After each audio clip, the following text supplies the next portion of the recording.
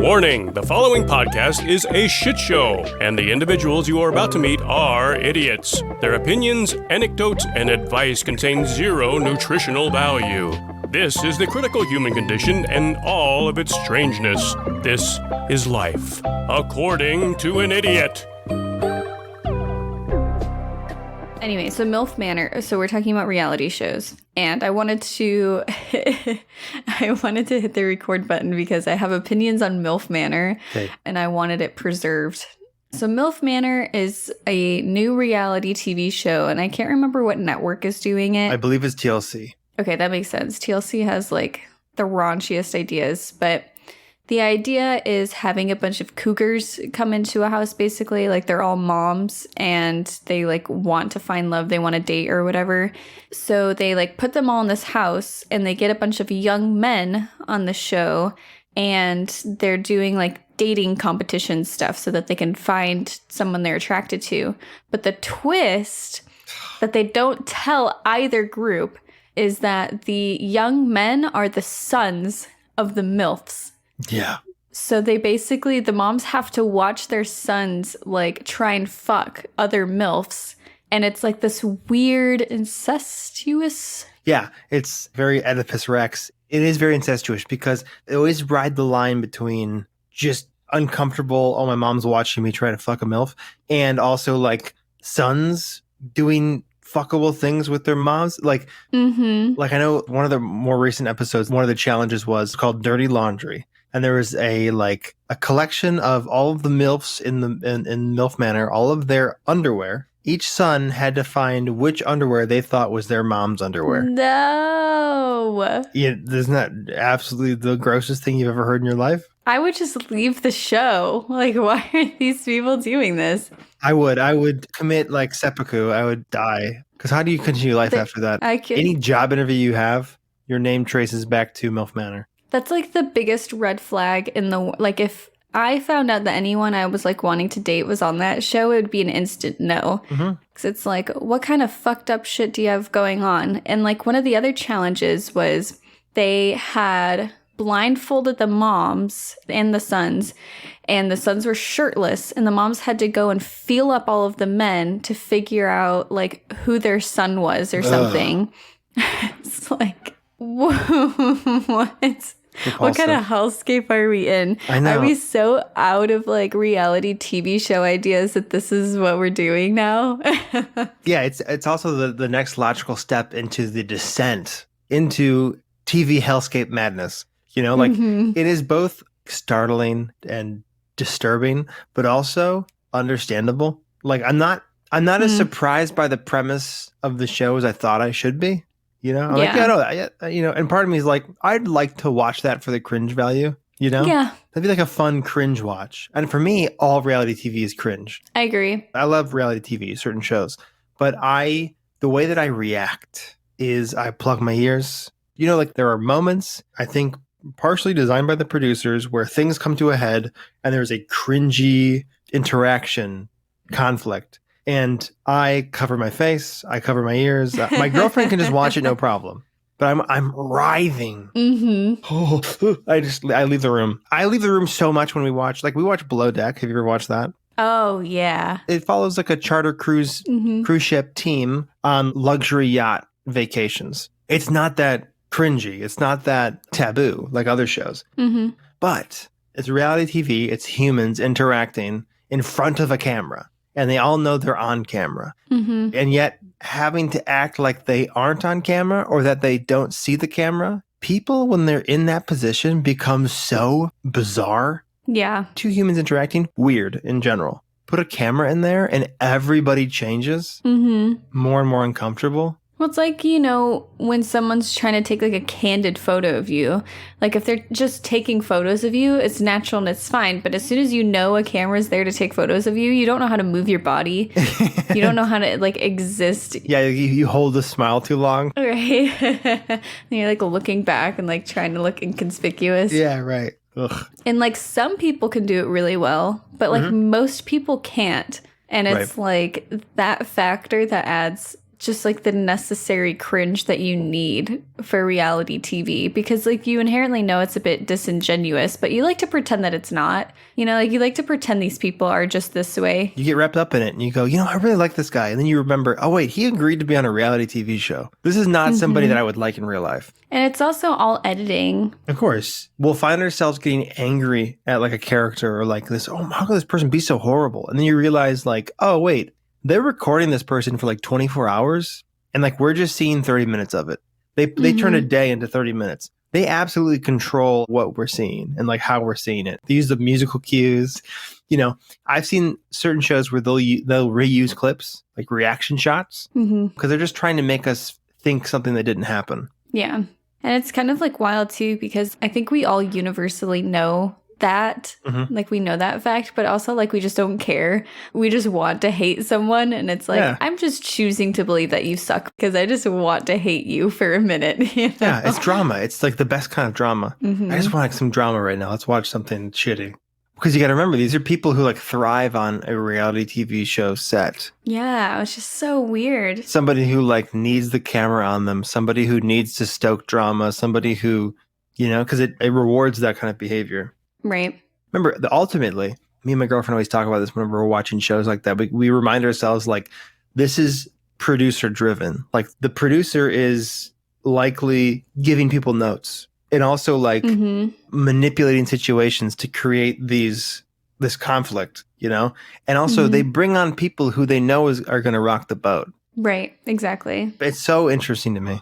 We're all just playing the producer's game. We're all just little puppets, and you know what? I keep coming back for more because it's just so juicy, and I love this my scheduled hate time. Yeah, exactly, yeah. Well, you know what else I love? Mysteries of the world, which ties in perfectly with the segment that we have on this show called Science Corner. Mystery Science Corner. Mystery Science, or I explain things, science related. Ooh. Science is cool, and today we are cool.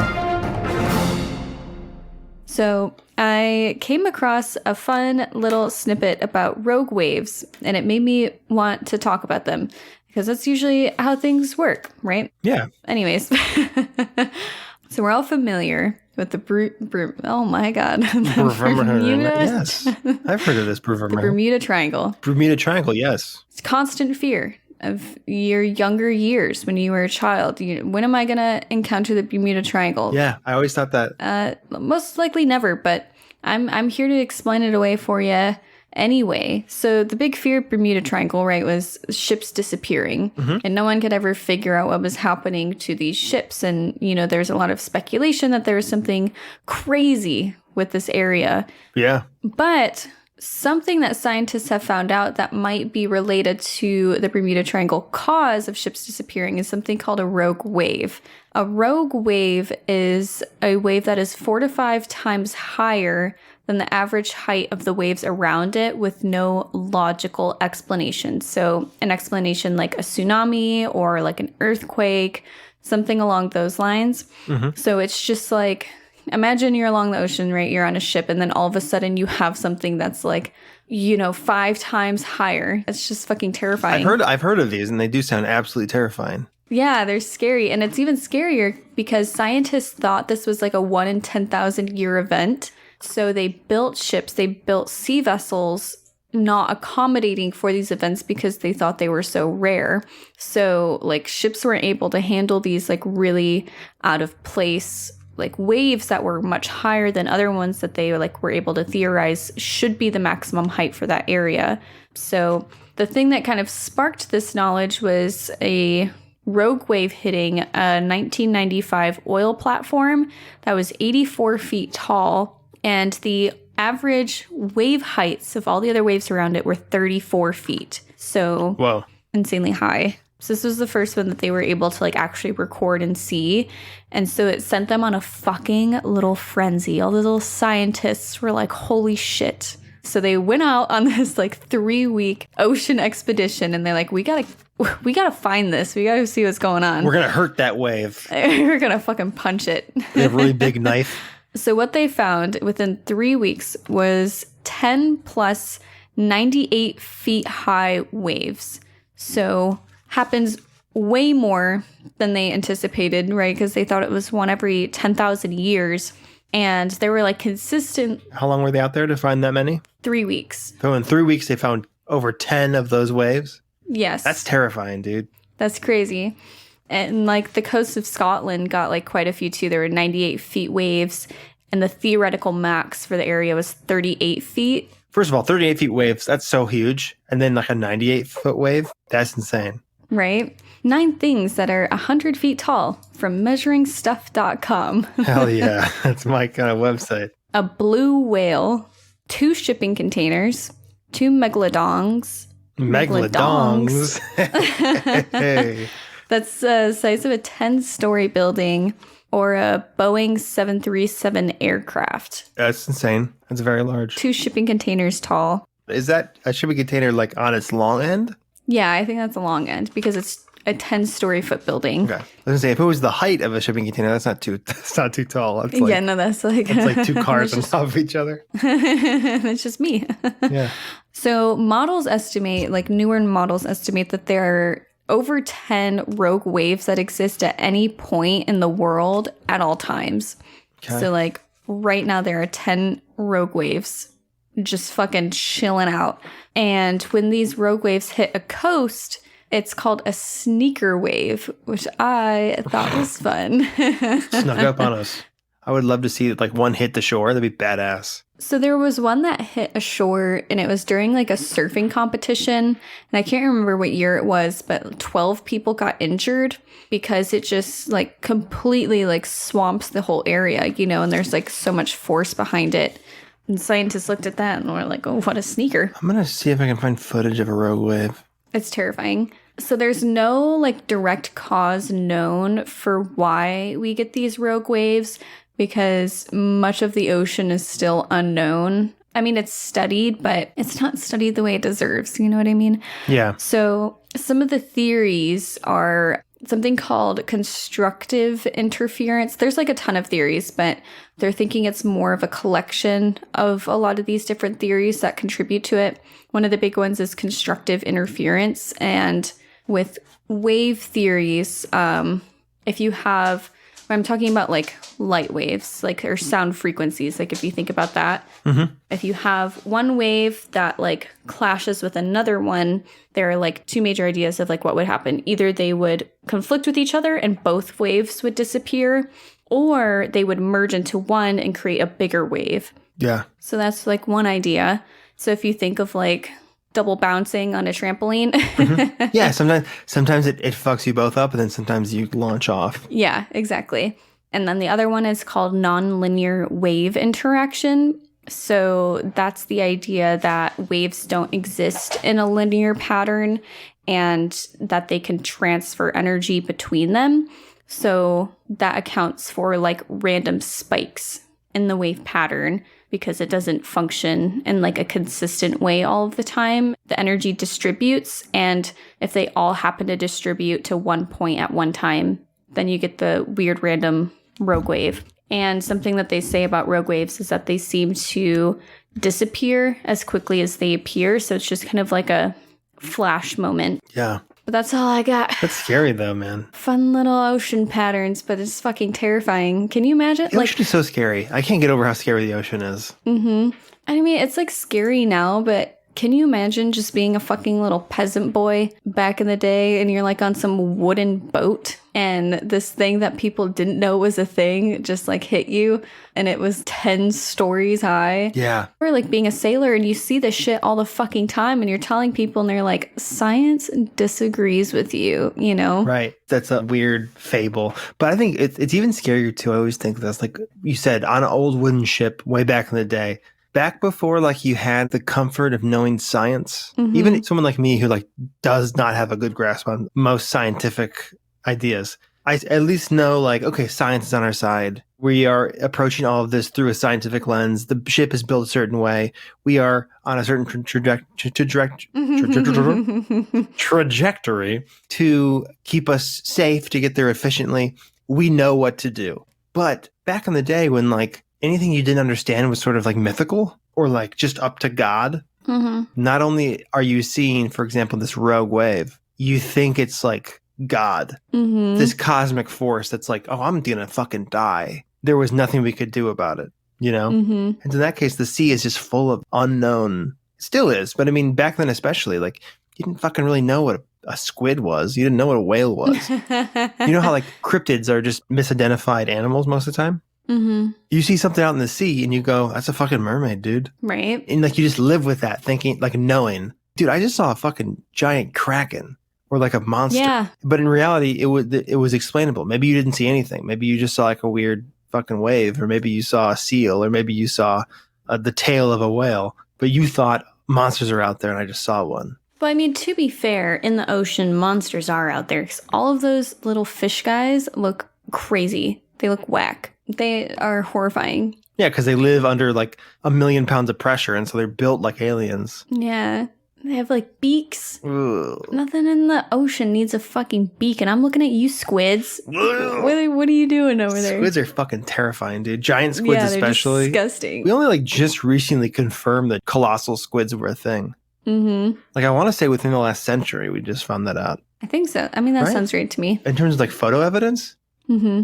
Okay, wow. The first photographs of a live giant squid in its natural habitat were taken on September 30th, 2004. Wow. Dude, there's so much shit we don't know about in the ocean. Yeah. In 2004, that's crazy. Yeah, we have better maps of the surface of Mars and the moon than we do of the bottom of the ocean. I hate that. There could be something down there just mutating.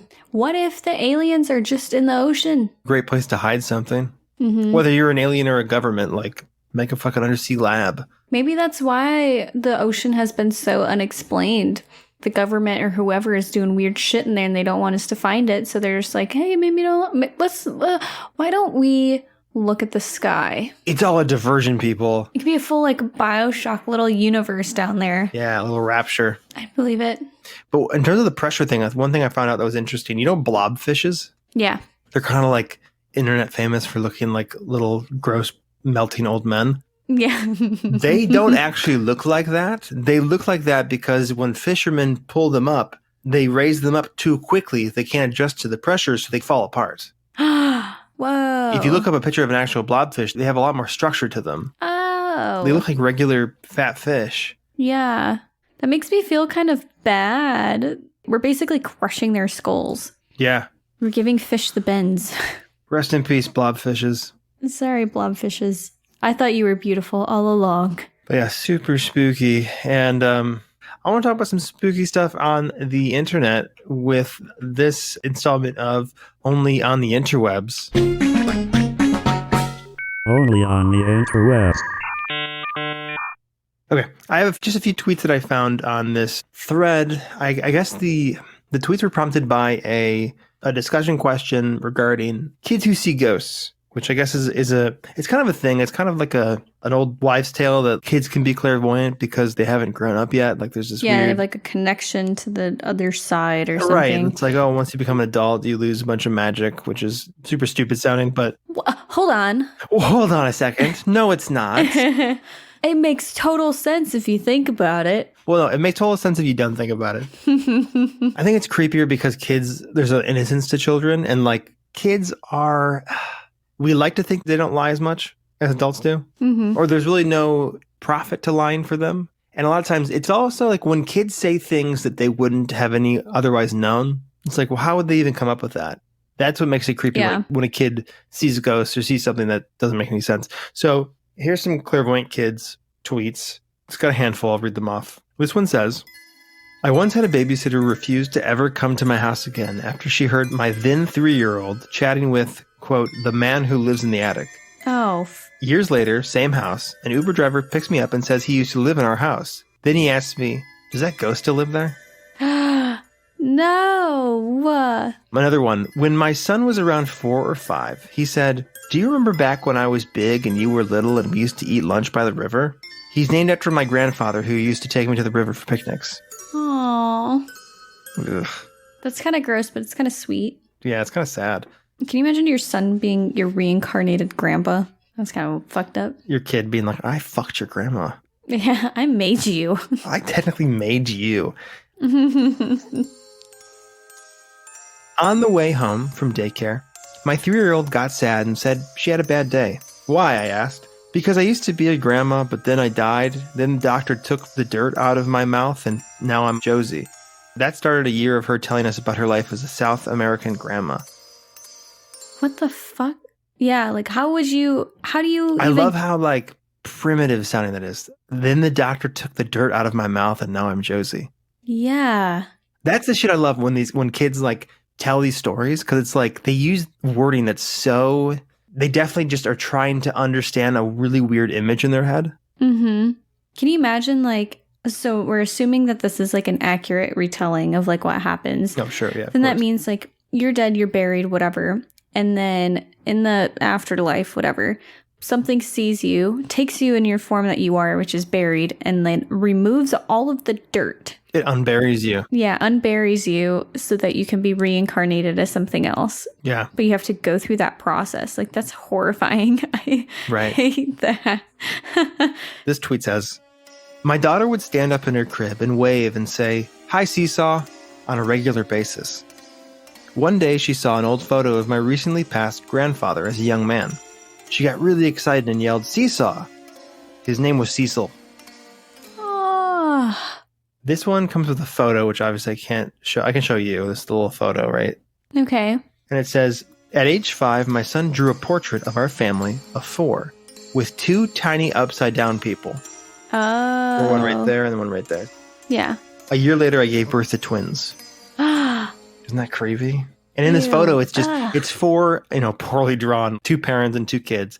And then just 2 upside down little people with their hands spread out, like it looks like 2 little upside down birds. Mm-hmm. And one's right next to the mother and one's right next to the father. But yeah, that's all I had from those. That's the only on the interwebs. I don't know how you can look me in the eyes and tell me that kids aren't magical. Kids are magical. They got magic in them. Their souls are so new and so fresh that they're still partially connected to the other side, and so they can access the Akashic records. Oh. And then as we become adults, we forget and we lose the connection. Yeah. But listen, that's why I'm not having children. So with that, let's just get into the main segment, yeah? Yeah. Just get this out of the way. So, what's uglier than a child? Nothing, but a close second is aliens. So, yeah, I guess that's true. What's as horribly traumatic and life-altering as raising a child? Being abducted by aliens. Yeah. Anyway, so back on track, we're going to be talking about, it's a shit show. We're going to be talking about the abduction of Betty and Barney Hill, which is a very prolific alien abduction encounter. Mm-hmm. And it's part of the canon of American UFO abduction folklore. We talked about it briefly on like a prior episode, but this is going to be like a deep dive, like a deep dive.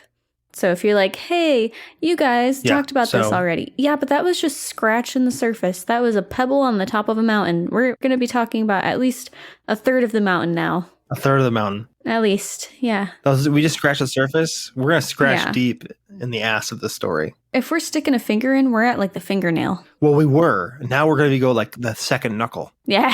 We're going deep. It's become a lifestyle change. Mm-hmm. It's becoming like you need it now. It's becoming like, okay, I'm going to do this again later as well. Mm-hmm. Mm-hmm. It's not going to be the same. Okay, so let's jump in to alien abductions.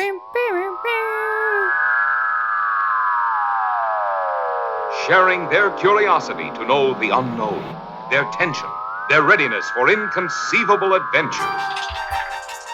Is it human or inhuman?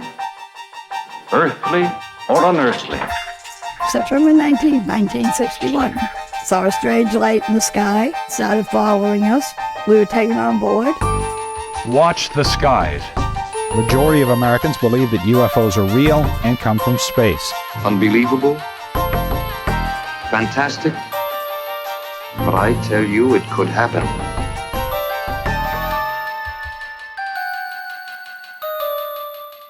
The first widely publicized report of alien abduction occurred on the night of September 19th, 1961. Where were you in 1961, Mo? Dead. And my soul is still being shuffled around in the universe. I believe you were still in your grandfather's ball sack, I think, at that point. Yeah. Was your father born yet in 1961? No, Yes. Yeah, he was. No. No. I don't know. I have this really bad thing where I cannot remember the year my parents were born. I can't either. Yeah, but like, isn't that fine? I think that's fine, right? I think that's okay. So this started around 10:30 p.m. as a married couple, Betty and Barney Hill, were on the long drive back from an impromptu honeymoon in Niagara Falls to their home in Portsmouth, New Hampshire. So just some background on this couple, because I think they're pretty interesting. The two had met in 1956 through mutual friends, and over time their friendship developed into something more. After separating from his wife, homewrecker Betty, Barney married Betty in May 1960. Betty had been living in New Hampshire with her 3 children from a previous marriage, and she worked as a social worker for the state. Barney was from Pennsylvania, where he worked for the U.S. Post Office at the Philadelphia branch, later transferring to Boston to be closer to Betty, despite the over 100-mile commute. This dude drove 100 miles to see her, like each day. Each day? Isn't that fucking insane? Wow, that's like lesbian. Yeah, they love each other as much as a lesbian couple would. Eventually, Betty found work in Pennsylvania while finishing her degree, which allowed the two to see each other comfortably and spend more time together. When Betty finished her degree, they relocated to Portsmouth, New Hampshire, and their marriage was notable, by the way, at least by 1960 standards, due to the fact that Betty was white and Barney was black. Oh, okay. But it is really impressive, and you'll see throughout this story that after they have this experience, you'll see some, I hate to sound like a flaming liberal, you'll see some privilege in their two responses, because you'll see Betty is very excited by the fact that like they had this insane encounter, but Barney is very much like, don't draw attention to us. I don't want to talk about it. Barney, you can tell, is very traumatized from probably growing up in a very bad time to grow up as a black man in America. Yeah, I mean, is there a good time? No, but I mean, he was around during Jim Crow laws when he was growing up. You know what I mean? At a worse time. Yeah. Arguably, it was getting better, but still horrible. You'll see him, he's a man that's kind of racked with anxiety. Obviously has some very traumatic issues that causes anxiety and his self-doubting. Whereas Betty is like, oh my God, we need to talk about this. I can't believe it. Barney knows how to lay low, and Betty doesn't. I think it's interesting to see that contrast between the two. So getting back to the honeymoon. The couple's honeymoon trip was planned nearly a year after their marriage as an effort to reconnect. Barney was still working in Boston, and the long commute back and forth from there to Portsmouth had caused some strain, leaving Barney with an unnatural sleep schedule and a stomach ulcer to boot. Ugh. But after a romantic Canadian excursion, Betty and Barney Hill, joined by their beloved dog, a dachshund named Delcy, drove home to New Hampshire, but not before taking an unexpected detour into a world-shattering nightmare. Uh-oh. Their drive back had been generally uneventful. They had originally planned to rent a hotel in Montreal that day, but after news of an approaching storm the following day, they decided to drive through the night to get a head start on Mother Nature. After stopping for a bite to eat at a diner in Colebrook, New Hampshire, the Hills got back on the road at around 10 p.m. Driving south of Lancaster, the couple noticed a strange light in the clear night sky. They thought it was a shooting star until the streak of light made an abrupt turn upward. They continued on Route 3, keeping a steady pace of 30 miles an hour to safely navigate the winding roads that snake through the White Mountains, all the while watching the same odd light racing above them. They pulled off several times to better observe it. On their first stop, Barney took their dog Delcy for a quick walk. He also took their 32mm pistol, which they had kept in the trunk, fearing he may run into a wild animal or God knows what. Meanwhile, Betty retrieved a pair of binoculars from the car and stayed by the vehicle, hoping to get a clearer view of the mystery light. Betty followed the light as it flew against the moon. She caught its silhouette, a large, cigar-shaped object, which, I mean, I'm sure you know too, like, cigar-shaped UFO comes up all the time in these stories. Yes. When Barney returned, he handed Delcy's leash off to Betty and took a turn with the binoculars. After a moment, he noticed several backlit windows in the flying object, but he noted they were nothing like windows on a plane. This was something different. It had no wings. With the hour growing late, the Hills got back on the road. So driving along, they noticed that the road had grown completely desolate. Miles and miles stretched on without a single car passing them on their way. This, I think, understandably gave Barney the heebie-jeebies. You know, being alone on the road that late is scary, I think. I always get freaked out whenever I'm on a road trip at night and there's like nobody for miles and miles. I'm like, oh, fuck. Yeah, no. It's just sort of a different, darker, colder emptiness when you're on an empty road. What is a scarier thought to you? being on the road alone, driving at night, or driving alone at night and there's only one other car. Is it behind me or in front of me? Behind you.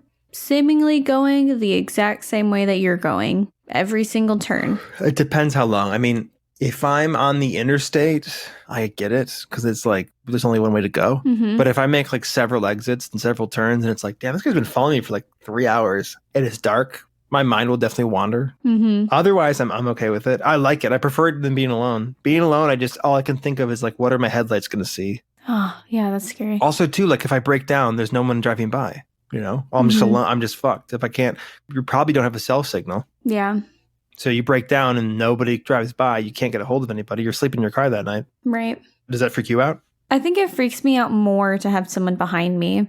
I've like freaked myself out about that a few times before. Yeah. Yeah. I get real freaked out about it. I had this one, never forgot this. I was driving home from up north. So it's up north aesthetic. So it's kind of like rural and desolate. And there's this old Camaro, but it was all beaten up. It was like a black Camaro, a 1970s car, all beaten up. Both headlights were out. It was following me when it was like, late afternoon into like dusk. And it kept on following me for like 50 miles, just following me. And it started to get dark and its headlights never came on. And eventually I'm driving in the dark and I just see the shadow of the car behind me. It just creeped me out because I'm like, he's following me and I can't see him, but he can see me. Mm-hmm. Also, he was like riding my ass too. Oh, I turned off and I never saw him again, but that's like, so annoying. yeah. Growing up outside of Flint, you're told not to stop your car. Yeah. If it's like late at night, even if it's a red light, like you just drive through it because people are just waiting around all the time, or like people will follow you. My parents told me not to get gas or anything late at night because people will see that you're like a young person by yourself and then they'll like follow you. So I'm just like Yeah. hyper aware and scared. Survival mentality. Yeah, because you did kind of grow up in a weird spot where like your town was kind of rural, but it was right next to like urban, outside of Flint. So like it gets industrial, rural. Because I remember driving out to your place back in the day and like you start driving past factories and like a bunch of strip clubs. Yeah. I remember the Odyssey. Dort Highway. If you go down Dort Highway, there's like 10. Yeah. 10 directly next door. Gentlemen clubs. Like literally next door to each other. It's so weird. Yeah. Anyways. But yeah, so back to their trip. So Barney's creeped out. There's nobody on the road. The light, however, that strange light in the sky, persisted. And Barney could swear it was following them.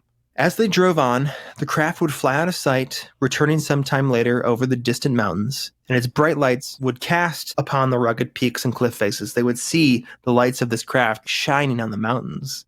So in the text that I read, by the way, I should cite my source. It's The Interrupted Journey by John G. Fuller. That was the book that I read for this. It's kind of derivative. I think it's kind of comes off more as like a transcript. Okay. But again, super interesting. It gives you a lot of detail. So he sees this craft come in and out of sight. He swears that it's like a military craft, and he thinks it's trying to prank him. Because Barney has a background in the military, and he thinks they're playing a joke on civilians. But also, Barney is somebody who constantly is anxious and thinks that someone's trying to get him.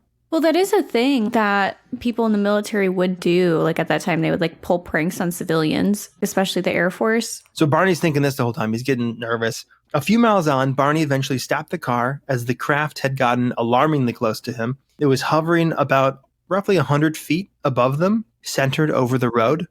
At this point, he slows down the car, stops the car in the middle of the street. They watched the cigar-shaped craft, which Barney later likened to a big pancake with lights, as it lowered. Among the row of bright lights along its sides, the craft had two flashing red lights on either end that kind of like projected out of the sides. Like a school bus has like that sign that comes out of it. Yeah. Came out of the sides, these two flashing red lights, almost like hazards. Ooh, okay. For whatever reason, Barney stepped out of the car, and when he did, the strange craft moved swiftly and silently to an open field on the left-hand side of the road. This whole part, Barney describes being like not really in control of his body. Almost kind of in like a half trance. Because again, Barney's a very cautious, nervous dude, and this is kind of out of character for him, but he just got out of the car. It was then that Barney admitted to himself that this was no normal aircraft, no military helicopter, no trick of the eye. This was one of those flying saucers he had read about in newspapers and seen in cheap matinee theaters.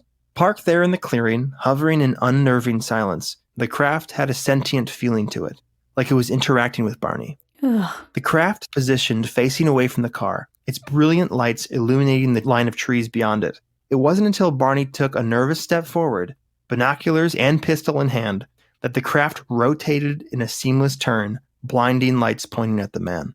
Barney soon saw the lights were definitely windows, and within the frames stood the silhouettes of what looked like people. There were about 8, maybe even 10, looking out at him. With his binoculars, Barney made out some faces. One he later described as a red-headed Irishman. Another, the one he'd go on to interpret as the leader of the group, he said reminded him of a Nazi officer in appearance. But this was mainly due to his unique uniform. The quote-unquote leader would leave the greatest impression on Barney with his large, slanted eyes that made him look evil. He wore a black military officer's hat and a shiny black jacket with a scarf draped over it. Barney soon heard a voice, seemingly coming from nowhere, echoing in his head like a hallucination. But he instinctively knew, or rather felt, that it was coming from the leader. And the voice said, quote, "Stay there and keep looking. Just keep looking and stay there." So fucking creepy. Barney was frozen, by fear or something else, and stood like a statue with the binoculars to his face.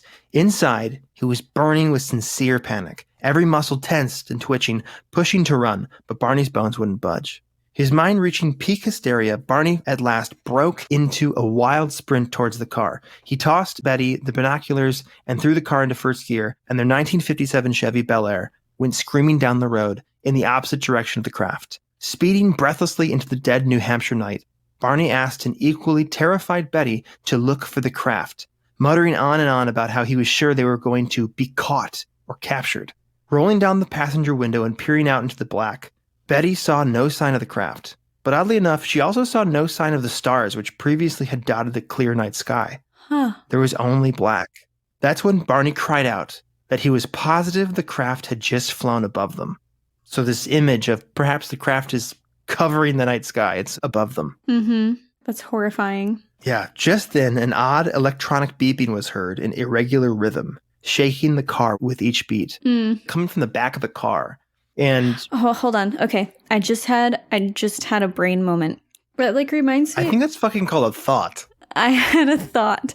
So what I was envisioning when you said that was when you're driving and you have someone who added bass speakers to their car or something. Yeah. That brr, brr, and it's just shaking everything. Right. So they're hearing this beeping. There's a rhythm to it, but it's irregular and it's strange, and it kind of lulls them a little bit. Mm-hmm. That's when it all began to slip away. A strange tingling ran through both of their bodies and brought on a haze of drowsiness. According to Betty and Barney Hill, that was when they must have blacked out. Mm-hmm. Just with a snap of a finger, they were suddenly awoken by another set of beeping. When the couple came to, they were still in the car, still driving. Both of them quiet and all around numb as they sat in a sort of mental twilight, like sleepwalking but different. They found themselves roughly 35 miles south of where they had made contact with the UFO. It was when they passed a sign reading Concord, 17 miles, that they both recall entering a fully sober consciousness. They weren't initially startled. Barney had recalled feeling no concern for the 30-plus miles he had no memory driving. As they collected themselves, the two agreed not to tell anyone about what just happened, as even they struggled to believe it. They reached home in the early morning. Barney checked his watch to see it was just past 5 a.m. Barney remarked that they were home later than expected, much later. Betty cared for the dog while Barney unloaded the car. While clearing the vehicle, he noticed the leather strap on the binoculars was cleanly torn in half. Both described having a sick, clammy feeling that morning, and Barney complained that an area on his lower abdomen was bothering him. Later that morning, the couple sat down to try and account for the hours of missing time between fleeing the aircraft and waking up near Concord. Betty recalled some fractured memories, a highway marker, a peculiar wrong turn, then a roadblock where they were stopped by odd-looking men and a bright orange moon sitting on the road in front of them. Barney, too, recalled the image of a bizarre-shaped moon object in the road and recalled saying in response, "Oh no, not again," when seeing a roadblock. But that was it. It's horrifying. So in The Interrupted Journey, which covered the Hills story, he quotes Barney as saying, "When we arrived at our house and Betty got out and took the dog on her leash to walk her around the yard, I got out of the car and began taking things out. Betty said she wanted me to throw the food from the cooler out and to keep the rest of the things from the car out of the house. I could hardly wait until I was able to get everything from the car to the back porch so that I could go into the bathroom, where I took a mirror and began looking over my body. I didn't know why at the time, but I felt unclean, with a grime different from what usually accumulates on a trip, somewhat clammy. Betty and I both went to the window, and then I opened the back door and we both looked skyward. And I went into the bedroom and I looked around. I can't describe it. It was a presence. Not that the presence was there with us, but something very puzzling had happened. Unquote. After some restful sleep, the two handled some further unpacking. Betty made a point of taking the dress she had worn during the traumatic drive and hiding it in the back of her closet. She also noticed some rips in the dress that she couldn't account for. Oddly enough, she would never wear that dress again. Wow. Barney also examined his dirty clothes, noticing that his best shoes, which he wore on the drive, had serious scuff marks on the tops of them. Barney wondered if they were caused by him being dragged along the ground by someone. That would be the only reasonable way one could scuff the tops of their shoes. Yeah. More strange were the numerous burrs caught on the cuffs of his pants and socks. The burrs gave way to a new vague memory of him walking across the field near the strange aircraft. And also, it's weird. For some reason in this book, and like every other source I could find, everyone keeps on making a note of like how clean Barney was. But he was known as a very clean and well-dressed man. And so dirtying his clothes or scuffing his shoes were things that bothered him to no end. And he was very careful to avoid. Around the same time that day, Barney noticed an emerging pain on the back of his neck. Betty grew frustrated with Barney as he avoided any discussion about their experience. As Betty mentioned in the book, The Interrupted Journey, Barney had a nervous nature that led him to ignore and dismiss things that scared or confused him. Well, yeah, and also, like, this was, like, traumatizing. Yeah, but there are two different kinds of people. There's people who, when they experience a traumatic event, they want to talk about it. And there's people who, like, I don't want to talk about this. I'm not ready right now. Like, I think completely way less traumatic than this. But when I told you that story about how me and my girlfriend rented that Airbnb and we heard that that fucking voice, the disembodied voice that we were positive was a ghost, I just wanted to talk about it. I was like, how insane was that? And like her response was, I don't want to think about it right now. Let's talk about it later. Yeah. And on his denial of the encounter, author John G. Fuller wrote, quote, Betty thought, that's the way Barney is. If something frightens him or he doesn't like it, he just says to himself that it never happened. Barney, to a degree, will confess to this. Needing the catharsis of unpacking their strange encounter, Betty reached out to someone she knew would want to talk and, most importantly, listen. It was her sister, Janet Miller. Betty knew her sister wouldn't dismiss or judge her because Janet had her own encounter when she and her family saw a UFO in the sky back in 1957. Betty had always believed Janet's story, having great confidence in her sister's integrity and capacity for accurate observation. Janet affirmed Betty's story, of course, and agreed with Betty's concern that their clothes and belongings inside the car at the time of the encounter might have been affected by radiation. Okay. That's why she asked Barney to bring everything to the back porch, not inside the house. Yeah. Because back then, like, nuclear power and radiation was, like, associated with weird, strange technology. Yeah, and, like, mutations and stuff like that. Right. So that's why she insisted that Barney bring everything to the back porch and throw out the food. Janet would go on to consult with a neighbor who happened to be a physicist. And the neighbor recommended Betty use a standard compass to test for radiation, claiming that if the compass was held up to the car, that any residual radiation would disturb the compass needle. Okay. So Betty took a compass and brought it out to the car, pressing it against the vehicle, and there was no discernible movement from the needle. But while running the compass along the back of the car, she noticed something unusual. Quote, a dozen or more shiny circles scattered on the surface of the trunk, each perfectly circular and about the size of a silver dollar.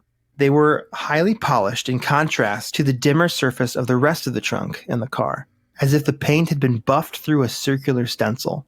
Weird. The gears in Betty's mind began turning, and one of the last clear memories before she and Barney passed out was that electronic beeping. She remembered the sound, rhythmic but distant, sounding as if it was coming from behind her and behind their seats, possibly originating from the trunk. Ever curious, Betty placed the compass on one of the circular spots, and the needle began spinning erratically. When she lifted the compass or placed it on an unaffected part of the trunk, the needle stopped, only to twirl wildly again when placed atop another one of the circular marks. This discovery excited Betty, but Barney didn't quite share her enthusiasm, instead dismissing the whole thing and insisting that Betty not make a fuss. Following the advice of her sister, Betty reached out to a nearby Pease Air Force Base and spoke to an air officer who took interest in her story, even connecting her to another agent who collected every detail they could from Betty and Barney. A report on the Hills encounters was actually eventually submitted to Project Blue Book, and you can read that in declassified Blue Book files. About 10 days following the encounter, the nightmare started.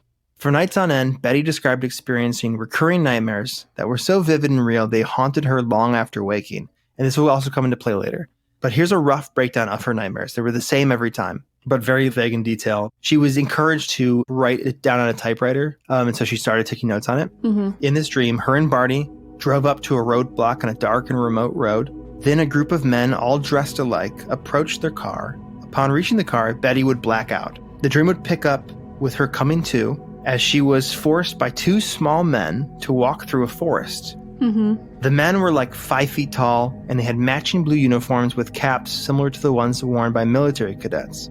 They appeared mostly human with black hair, dark eyes, bluish lips, and gray skin. The men walked Betty and Barney up a ramp that led into a metallic disc-shaped vehicle. Once aboard, the couple was separated, and Betty was taken to an exam room. Betty met a calm-mannered man who resembled the previous Gray, who she would refer to as the Examiner. I'm just like imagining, my mind's on Lord of the Rings right now, but do you remember in the second movie, Gondor, when they all go and there's that king that's like all decrepit and gross, and there's I can't think of what it's called, but it's like snake tongue or something like that.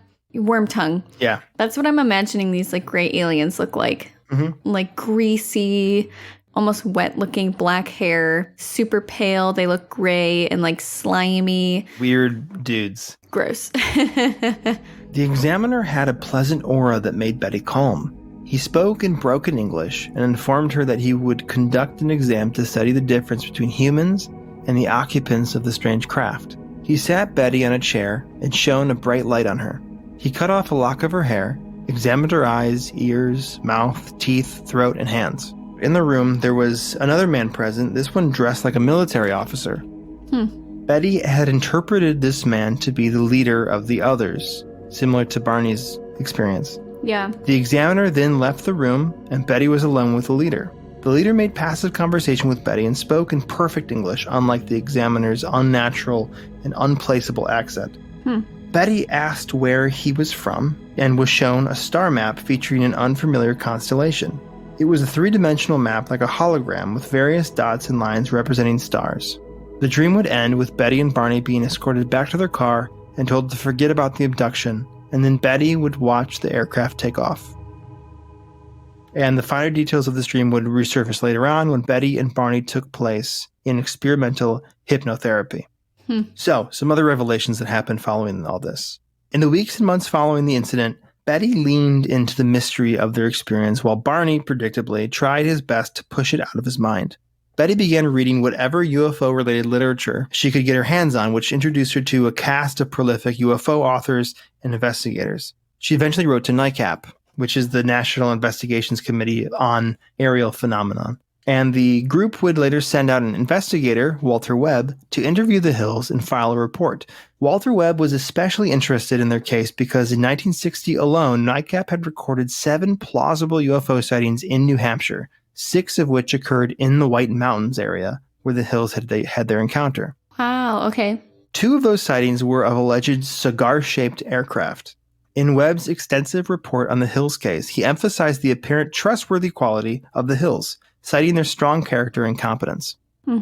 Webb's report drew the attention of even more investigators, and in November of 1961, 2 IBM employees, senior engineers Robert Homan and C.D. Jackson, wrote to the Hills and interviewed them later that month. Homan and Jackson's business-like attitude and professionalism appealed to Barney, who was obsessed with avoiding publicity and attracting quack flying saucer investigators. But at the time, their overly specific and bizarre questions puzzled him. Questions about distances from the sighting locations and if there were any sources of nitrates in the car. One of the questions that struck a chord with Barney and Betty was, why did you take the trip? The couple admitted that the impromptu honeymoon was an unusually spontaneous decision. So this is a quote from Barney. Number 1, there was no preparation for the trip. I had gone to Boston that night and had worked and was returning to Portsmouth that day. I decided during work, well, I think I would like to go to Niagara Falls. and then return via Montreal. Betty had the week off anyway, and I was able to call in and get an extension of the weekend for several days. So we packed her car that night. And this is Betty's take on it. Quote, "This is how impulsive it was. The only money we had was in our pockets. Saturday, the banks were closed, so we couldn't even cash a check. I think the amount between the two of us was less than $70, unquote.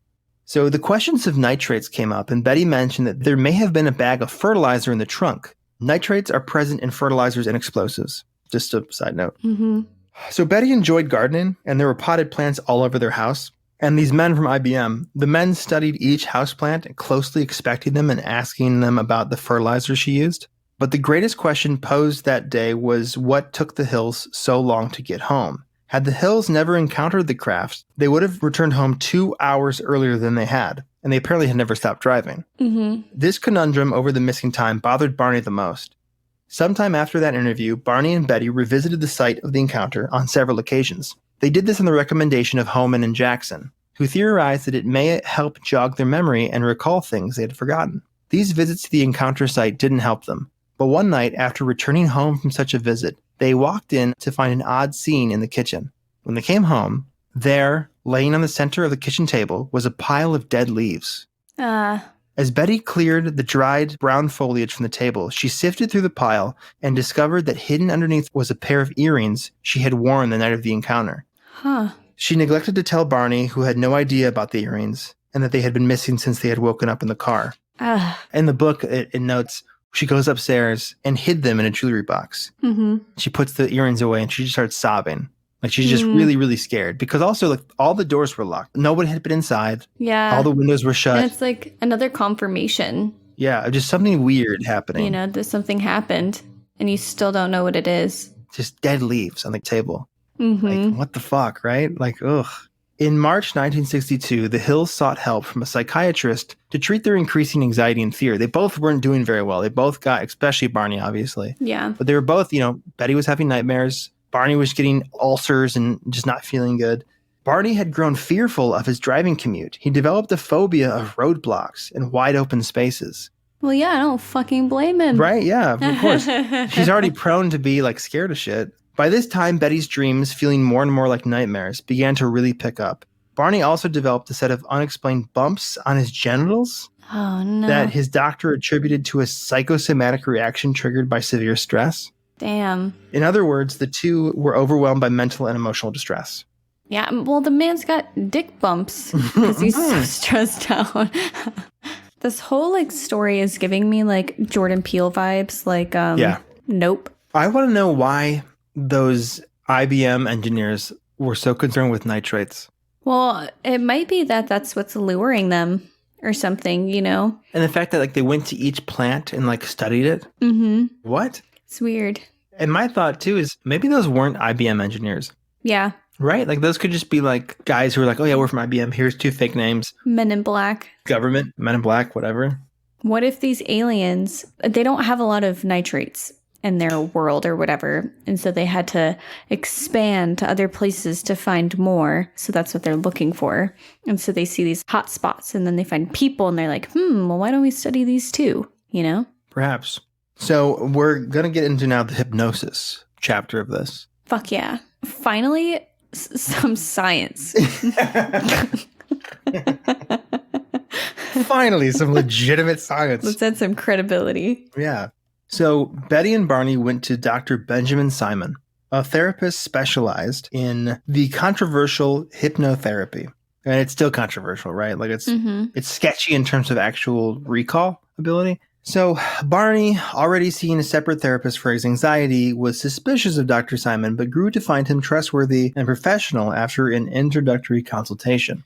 Betty had already known of Dr. Simon from her work at a child guidance clinic. His work was written about in the biographical directory of the American Psychiatric Association, which Betty had access to through the clinic. While Dr. Simon had little interest in unraveling the UFO-centered trauma, he was intrigued by one detail of their experience, and that was amnesia. The Hills' collective amnesia presented a sizable gap in their story, And at that time, it was believed by Dr. Simon and much of the psychologists studying hypnosis that carefully administered hypnotherapy could lull a patient into a semi-conscious state so that forgotten or repressed memories could become accessible and recalled by the patient. Right, like when you're a baby and you're in the womb. Yeah. Oh my God, I remember the womb so clearly. Get me out of here. You have nightmares of the womb. There's no windows or doors. I'm just slamming the walls of the womb. Like seesaw. Let me out of here. It's two things I remember. It's the womb and it's seesaw. It's seesaw. I just wake up from a dead sleep all sweaty yelling seesaw.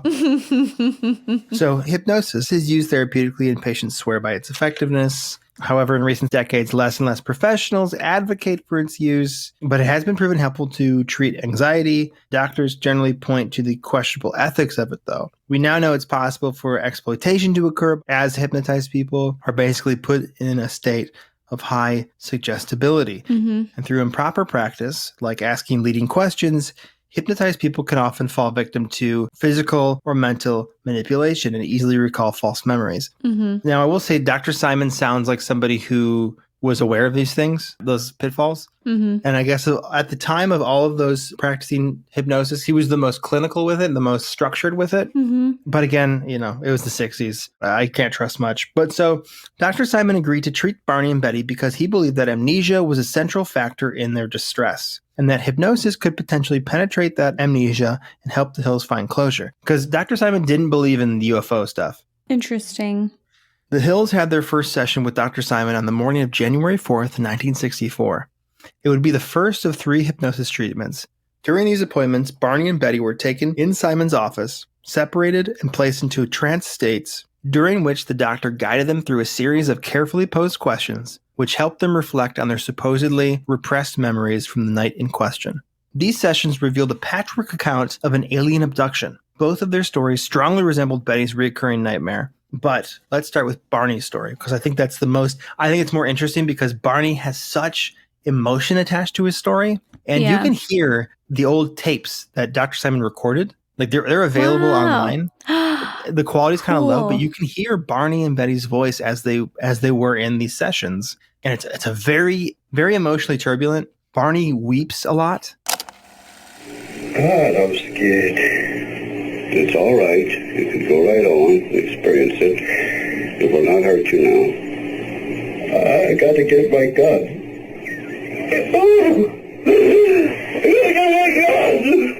All right. All right, that's all. Stop. Go to sleep, Steve. You forget now. You forget it now. You've forgotten. Calm now. Relaxed. Deeply relaxed. Really, really tortured. Barney recounted the story of their drive through the White Mountains and the cigar-shaped aircraft that seemed to follow their car. He described first stepping out of the car and the craft gracefully lowering so close that he could see the row of men looking down through a long window at the front of the craft. Okay, this is where I want to jump to the excerpts that I sent you. Okay. For this one, let's have you be doctor. It's there. You can see it, but it's not going to hurt you. Why doesn't it go away? Look at it. There's a man there. Is he a captain? What is he? He looks at me. Just a minute. Let's go back a little now. You said it was there. Did you say 1,000 feet away? Oh no. 1,000 yards? No, it doesn't look that far. It's very big, and it's not that far. And I can see it tilted toward me. What does it look like now? It looks like a big pancake, with windows and rows of windows and lights. Not lights, just one huge light. Rows of windows? Like a commercial plane? Rows of windows. They're not like a commercial plane, because they curve around the side of this pancake, and I say to myself, oh God, no. I have to shake my head. I've got, this can't be true. This isn't here. Okay, it's still there. And I look up and down the road. Can't somebody come? Can't somebody come and tell me this is not there? It can't be, but... You're still safe. You can see it all clearly. It's there. You had no sleep that evening. I pinch my right arm. It's not my right arm. It's my left arm. I'm confused. You're clear now. Relaxed. It's still there. If I let my binoculars fall and dangle from my neck and start over again, maybe it won't be there, but it is. Why? What do they want? What do they want? One person looks friendly to me. He's friendly looking. He's looking at me over his right shoulder, and he's smiling. But Could you see him clearly? yes, I could. What was his face like? What did it make you think of? It was round. I think of a red-headed Irishman. I don't know why. I think I know why, because Irish are usually hostile to Negroes. And when I see a friendly Irish person, I react to him by thinking, I will be friendly. And I think this one that is looking over his shoulder is friendly. You say looking over his shoulder. Was he facing away from you? Yes, he was facing a wall. You saw him through this window. You said there was a row of windows. There was a row of windows. A huge row of windows. Only divided by struts, or structures that prevented it from being one solid window, and then it would have been one solid window. And the evil face on the leader. He looks like a German Nazi. He's a Nazi? He's a Nazi. Did he have on a uniform? Yes. What kind of uniform? He had a black scarf around his neck, dangling over his left shoulder. He had a black scarf around his neck. How could you see the figure so clearly at that distance? I was looking at them with binoculars. And that is the end of excerpt 1. That's kind of how the questioning processes go. Mm-hmm. So, Barney described the men looking down from the craft as almost human, with strange slanted eyes. He notes that the eyes were not Asian, but completely different. One of the men looking at Barney spoke to him telepathically, like I said before. He said, "Stay where you are and keep looking. Don't be afraid, just keep looking." Mm-hmm. It was then that Barney snapped and tore the binoculars from his face and ran to the car. He drives off in a panic with Betty, urging her to keep lookout for the craft. He describes being able to sense the craft near them, above them. These are things that we went through before with the original story. Right. Throughout this part of the hypnosis session, Barney frequently has emotional outbursts, mainly about the strange men's eyes, crying out, "Those eyes, they're in my brain." This poor man. While driving away, they eventually come upon an unusual roadblock. And this is where we're going to jump to excerpt 2, if you'll read with me. Yes. So it starts with Barney and the doctor. Barney says, "I know what's in my mind, and I don't want to say it." Well, you can say it to me. You can say it now. "They're men, all with dark jackets, and I don't have any money. I don't have anything. I don't know. Oh, the eyes are there. Always the eyes are there. And they're telling me I don't have to be afraid." Is that an accident down the road? What's the red? The bright red. Bright red. Yes, orange and red. What is that? Where is that? Right down the road. Down the road. And I don't have to be afraid, but they won't talk to me. Who won't talk to you? The men. In the vehicle? No. They're standing in the road. There are men standing in the road. Yes, they won't talk to me. Only the eyes are talking to me. I don't understand that. Oh, the eyes don't have a body.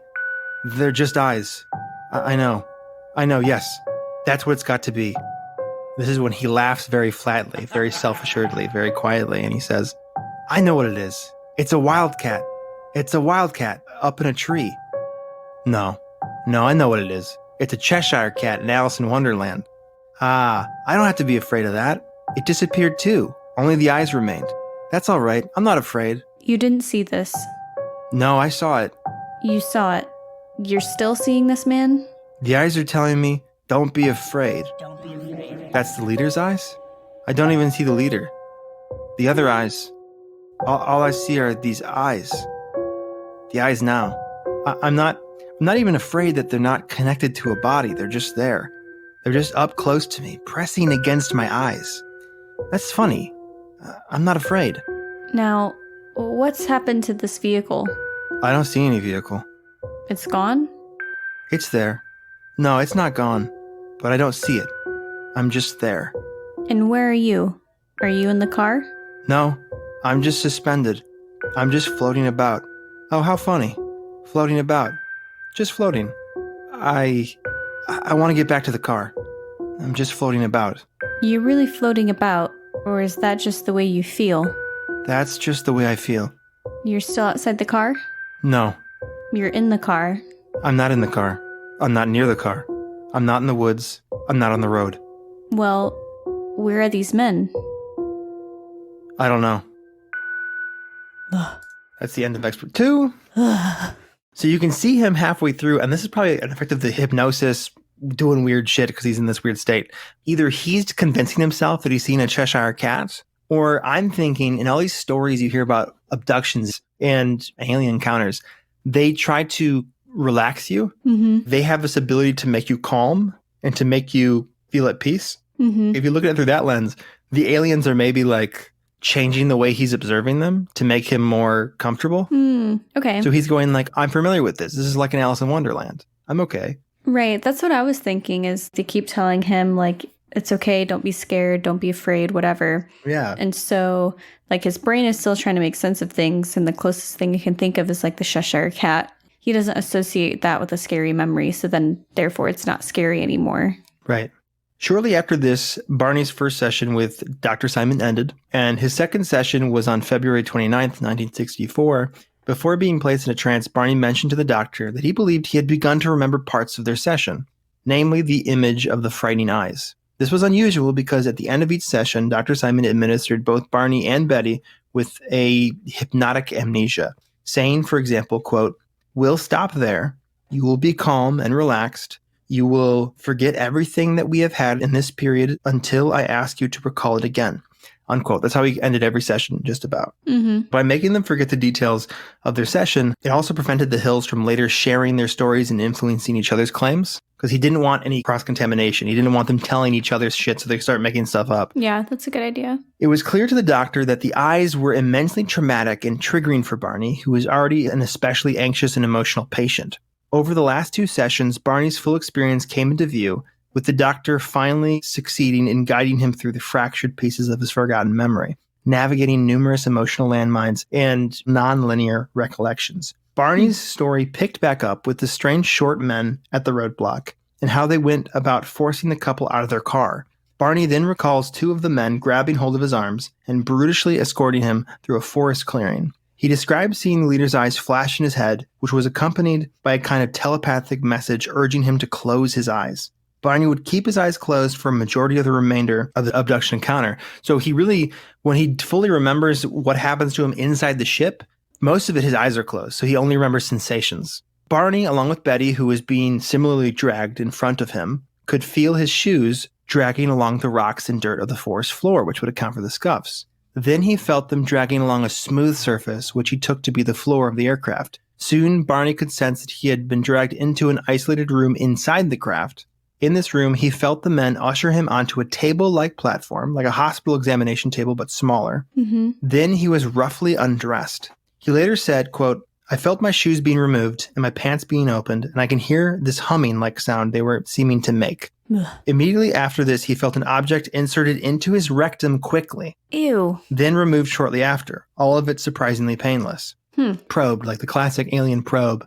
It kind of starts here. This is like the first. What's cool about the story is it's like the genesis for most generic abduction details. Like none of this existed before this story. There was no butthole probe. There was no abduction taken from my car, examined, all that kind of stuff. This all started here. It's wild. Yeah, so during this, he could hear the words of the leader in his head, encouraging him to keep his eyes closed.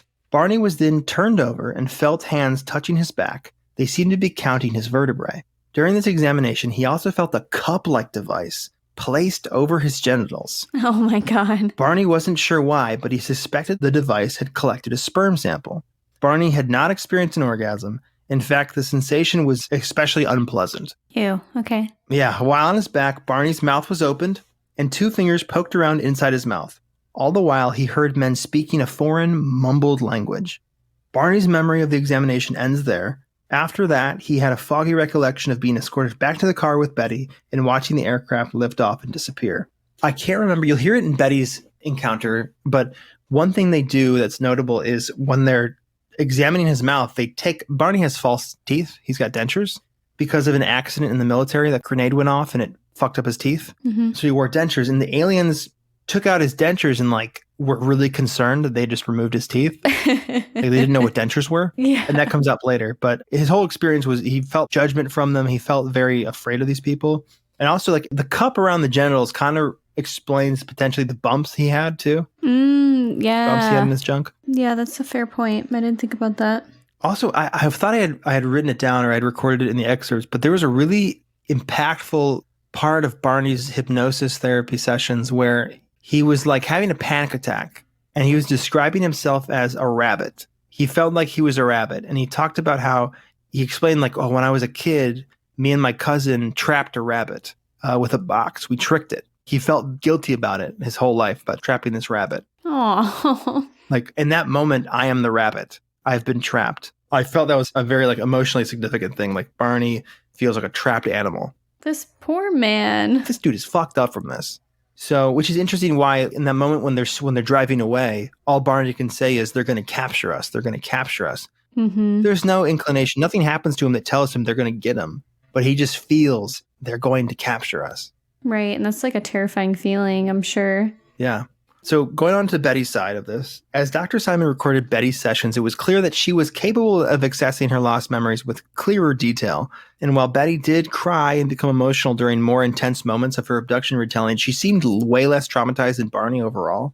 When reading Betty's hypnosis transcripts, her supposed memory of the abduction closely follows the events in her reoccurring nightmare. Betty's hypnosis sessions revealed an early memory she'd had of that odd electronic beeping they had heard coming from the back of the car before blacking out. She described a hazy moment sometime after the initial beeping. After they had supposedly become unconscious, she remembered Barney driving away and making a sudden turn that didn't make sense to her. A risky detour onto a narrow dirt road that snaked through a dark forest. According to Betty's hypnosis session, it was on that dirt road that they had came upon the roadblock comprised of short men. As many as 11 of them, according to her. When Barney stopped the car, the group of men broke up, with 6 of them approaching the car. 3 men came to Barney's side of the car, and 3 came to Betty's side. They opened the doors and pulled them out. The little men guided them down a long and winding path to their craft. As Betty was pulled, she called out to Barney, who was being hoisted by the arms and dragged. Barney did not respond to his wife's shouting and appeared to be in a twilight state. This also kind of backs up Barney's thing of he was being dragged and he was keeping his eyes closed, So he's just locked up pretty much. The craft had a ramp structure leading into an entranceway, like a bulkhead. She was escorted into the craft where they brought her into a separated room, and she watched Barney pass by, carried off into another room. Mm-hmm. Betty's description of her room matched Barney's, with a small examination table that was around 4 feet long, designated for something smaller than a human. Unlike Barney, Betty's eyes were open for the duration of the exam, so she was capable of providing greater detail. In the room, Betty is left alone with the man both Barney and her distinguish as the leader. In their hypnotic regression sessions, a clear captain figure, the man whose eyes haunted Barney, the Nazi guy. Betty notes that the leader speaks perfect English, but with a slight accent she's never heard before, faintly Eastern European. Her and the leader are joined by another man who speaks in heavily broken English. That's the examiner from her dream. Right. And he begins to perform a series of peculiar exams on Betty's body. First, the examiner sits her down on a stool and brings a machine she didn't recognize, like a microscope contraption with a huge lens. The examiner pulls up the sleeve on her dress and studies her arm under the microscope. The leader also looks through the microscope and converses with the examiner in a foreign language. Then the examiner used a bladed tool to scrape a skin sample from her arm and secured it in a cellophane wrap. The examiner then uses a tool to examine her eyes, ears, nose, teeth, mouth. And then he takes a swab of her ear and pulls some strands of hair from her head and hands the sample to the leader. Next, her shoes were removed and the examiner inspects her feet, then her hands, and collects her fingernail clippings. So this is very similar to the dream. We're just going to go through it again. Yeah. For the final portion of the exam, the examiner attempts to remove Betty's dress, but cannot understand how to work a zipper. After the dress tears slightly, Betty shows him how to use the zipper, and her dress is removed. After examining her spinal column, the examiner retrieves what Betty describes as a syringe with a massive needle roughly 6 inches long. Holy Christ. The examiner told Betty that he was administering a, quote, pregnancy test. At the time, this would not have resembled any known pregnancy test, and commercial pregnancy tests, as we know them today, would not exist for another 10 years. Interesting. Yeah, right? The examiner inserted the needle into her belly button, which caused Betty immense pain. She likened it to being stabbed with a knife. Wow. Noticing how much pain she was in, the leader came over to Betty and waved a hand in front of her face, which made the pain vanish immediately. The examination then apparently ended, and the examiner left the room. Alone with the leader, Betty's curiosity got the best of her, and she began asking the leader various questions about the ship and its people. Then Betty noticed a large book on a cabinet nearby, and the leader encouraged her to look around the room, and Betty retrieved that book. The text inside was a foreign alphabet, and Betty said, quote, "It went up and down. It was different. It had short lines, and some were very thin. Some were medium, and some were heavy. They had some dots, and they had straight lines and curved lines," unquote. The leader asked if she could read the writing inside. Betty answered no and explained that she wanted to take the book with her as proof of what had happened, but the leader would not allow it. Returning to her line of questioning, Betty finally asked the million-dollar question of where he and his crew was from.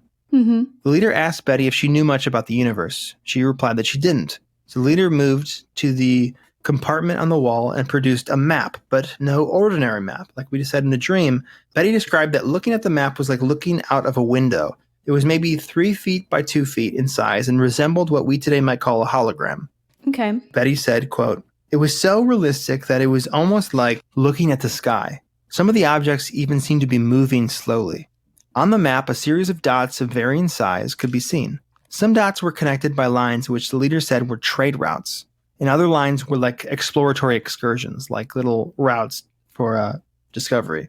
This was soon interrupted by the examiner rushing into the room, muttering frantically. He began examining Betty's teeth again, and the leader translated to Betty, explaining that Barney's teeth had apparently come out. And she explained that Barney wore dentures, and they were very confused by this. And she explained, sometimes when people get older, their teeth fall out and they need replacement teeth. And they were really baffled by the concept of getting older. Huh. So after this, they sort of wrap up their little exam. And according to Betty, they are escorted out of the aircraft and placed back in their car. And the leader had told her, like, hey, you should wait and watch us fly off before you leave. So they sit in the car, they watch the thing ascend, vanish into the night, and then they're in the car driving off. And then if you connect the dots, that's when they hear the beeping. And then that's when they would wake up outside of Concord. And so that's where the story ends, basically.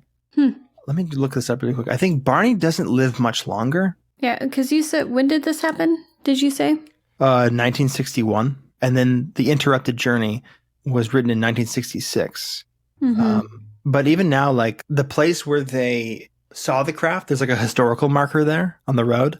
And the New Hampshire Division of Historical Resources marked that site. They call it like a historical site. Interesting. Yeah. And let me see when Barney died.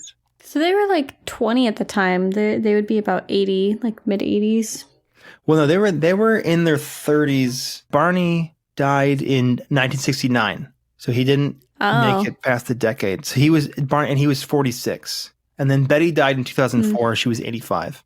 But yeah, so in terms of like criticism of this, I know people talk about how Betty towards the end of her life got kind of like off her rocker with everything. And there's stories of how like she would show up to UFO conventions and she would just sort of talk aimlessly and like eventually get booted off stage. I know there's people who tracked the stars that she describes in the map, and they believe that it's like a certain constellation in the sky.